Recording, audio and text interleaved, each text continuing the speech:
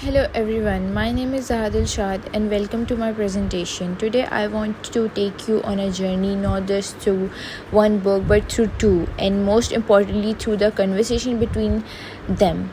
The first book is one we all know, and Cunliffe Organization Theory, our foundational text for this course. Cunliffe offers us something remarkable, a map of the entire field of organizational theory, organized around three major ways of saying organizations: the most modernist perspective, the symbolic interpretative perspective, and the most postmodern perspective. Each perspective, she argues, is not just a theory, it is a fundamentally different ways of understanding what an organization is and how it works and what it means.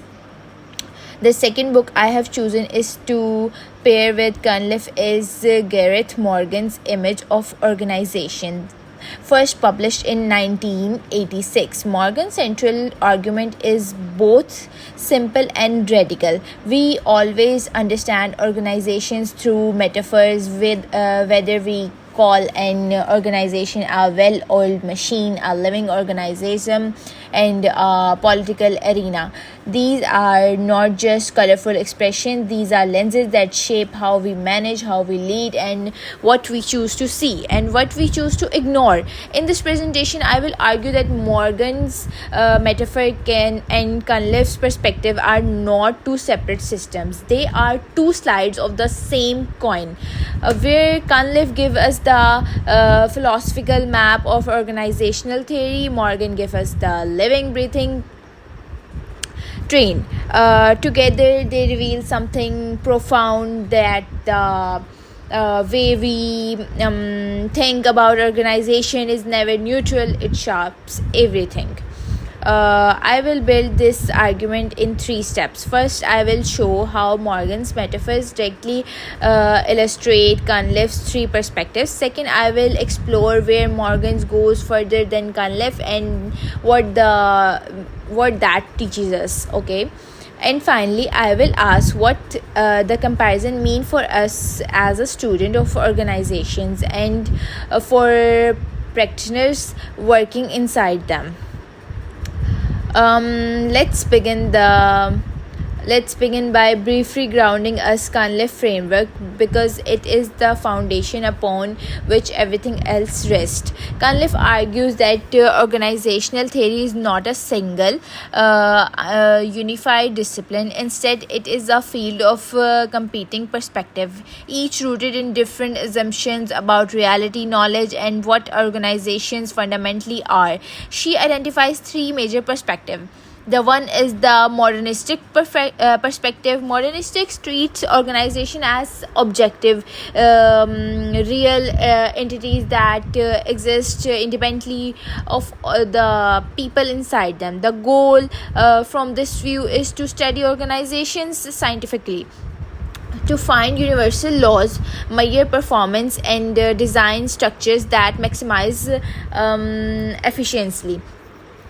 Think of classical management theories, Weber's bureaucracy, Taylor's scientific management. The organization in this view is something you can engineer. The second is the symbolic-interpretive perspective. Here, the focus shifts from structure to meaning. Organizations are not objective things, these are socially constructive through the shaped meaning, symbols, stories, and interaction of the people within them.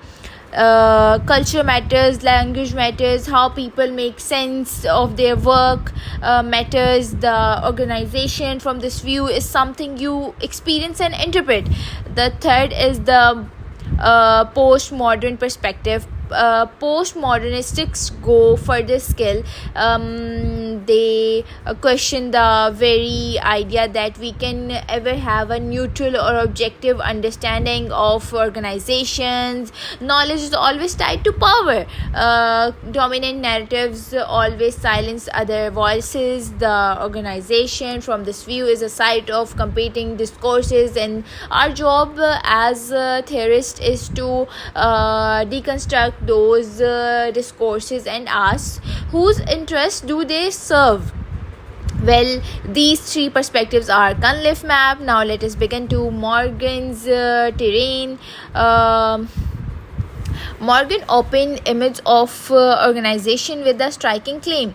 He writes that all theories of organizations and management are based on empiric image and metaphor that lead us to see, understand, and manage organizations in distinct but also partial ways.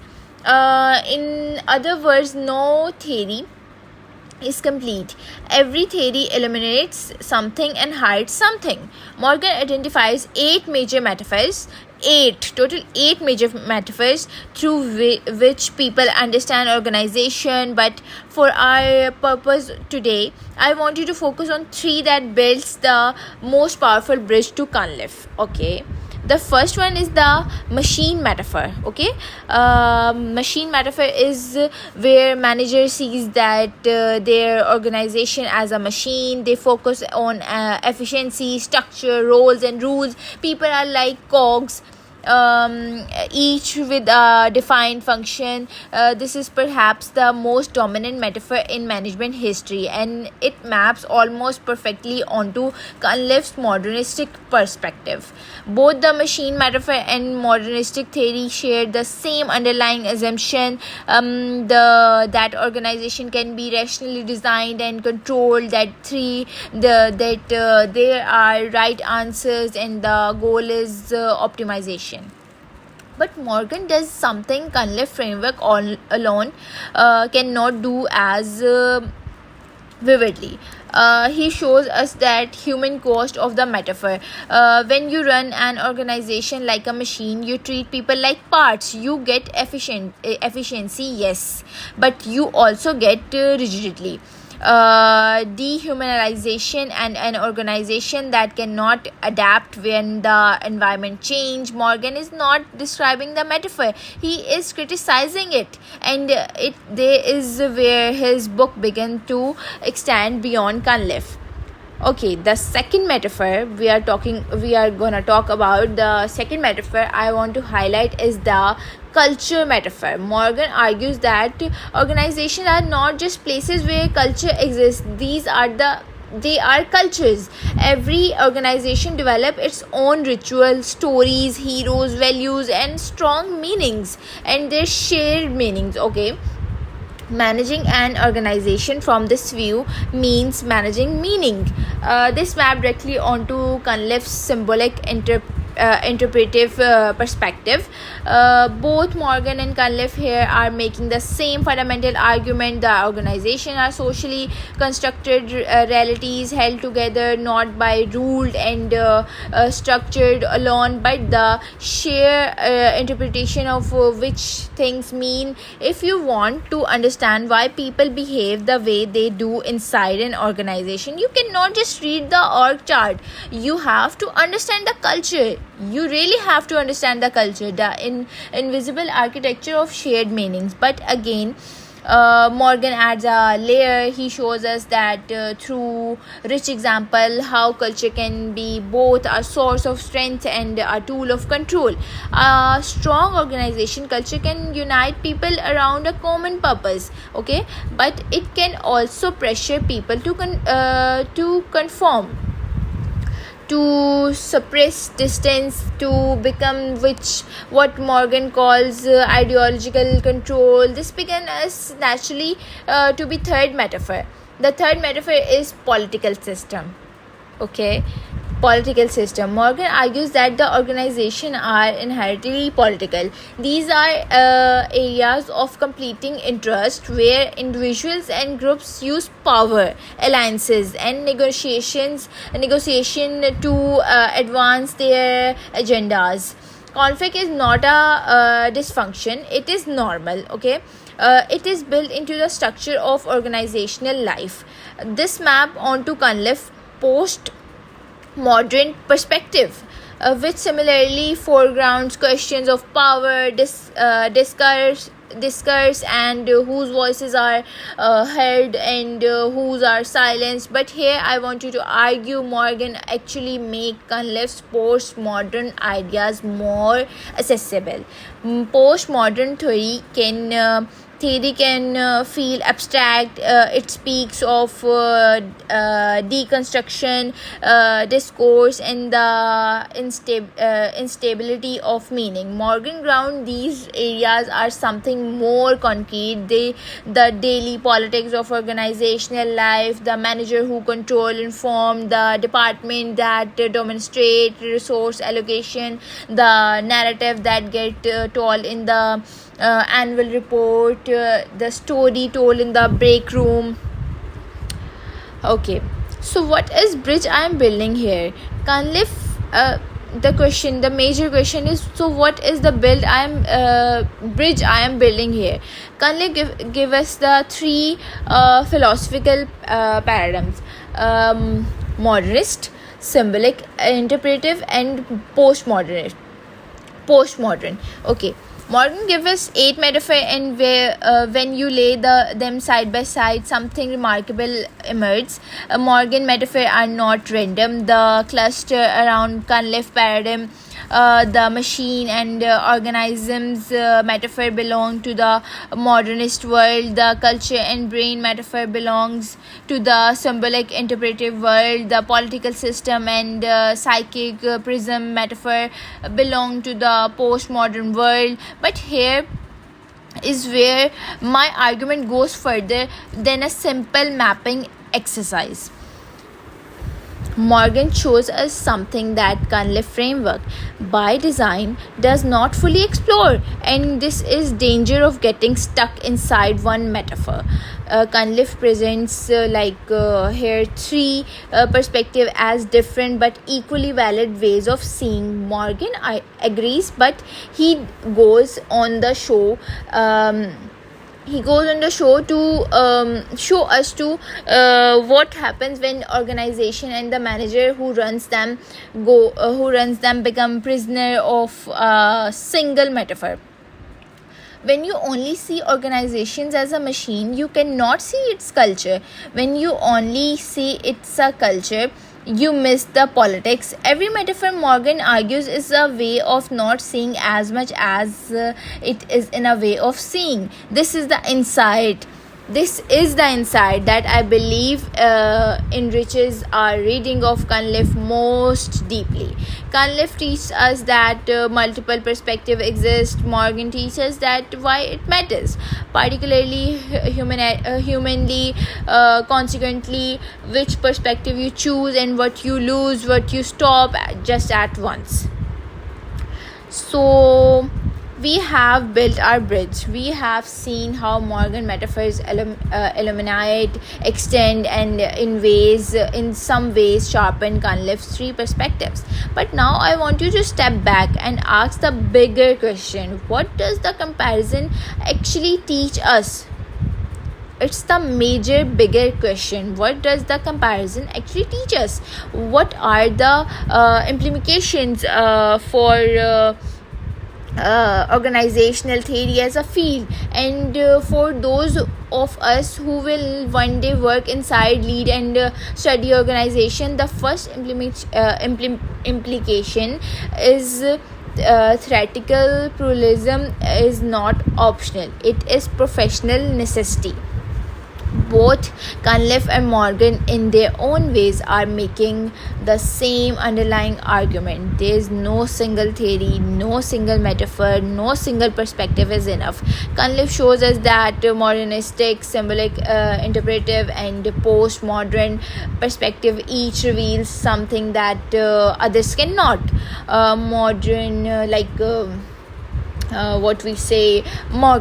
Morgan shows us the machine, the culture, the political system. Each metaphor lights up different corner of organizational life. Taken together, they are making powerful case that the most dangerous thing is manager of a scholar can do is scholar can do is to become intellectually comfortable, to settle into one way of seeing and stop looking. In practice, this means that where you enter an organization as a manager or as a consultant or as a researcher or even as an employee, you should be asking yourself what metaphor is to organizational operational form. ठीक है, in is this treating itself like a machine, obsessing over efficiency and control? Is it cultivating a strong culture for better or not, or it getting worse? It is a political arena where power is real currency, and crucially, what is the metaphor hiding? The second implementation is the most unsettling and I think most important. Our theories are not just neutral descriptions of reality. These are intervention on in it. There is a point that Cunliffe and Morgan make, but the Morgan make it with the powerful force. When a CEO walks into a struggling organization and declares, we need to run this place like a well-oiled machine, this is not just a management decision, it is a psychological choice and philosophical choice. It is determined which and who get heard, what get measured, what gets ignored, and ultimately what kind of place the organization become. The metaphor shapes the reality. Cunliffe postmodern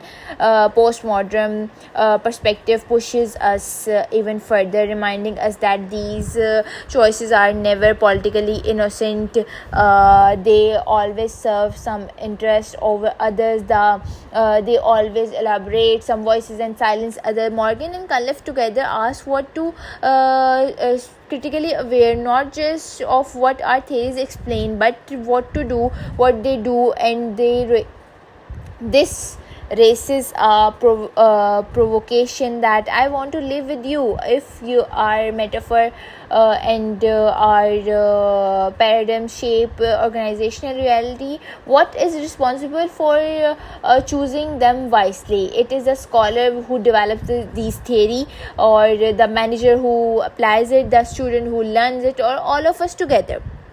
Let me bring everything together. We begin with the two books, Cunliffe Organization Theory and Morgan's Image of Organizations. On this surface, this might seem like parallel texts, each doing its own thing, but when you place them into a conversation, something richer exists. Cunliffe gave us the philosophical architecture of organizational theory. There are three ways of knowing, three fundamentally different answers to the question, what is an organization? Morgan gave us a human, practical, and something unforgettable, uncomfortable reality of how those things actually live inside organization as metaphor that manager carry in the heads, often without even realizing it. Okay, together they make one powerful argument that organization is not a minor academic question. It is one of the most consequential choices we make as scholar, as manager, and as human being who spend a significant portion of our lives inside these strange, complex, deeply human construction we all call organizations. The bridge between these two books is not just theoretical, it is called the awareness. See, this is it. Thank you so much, everyone.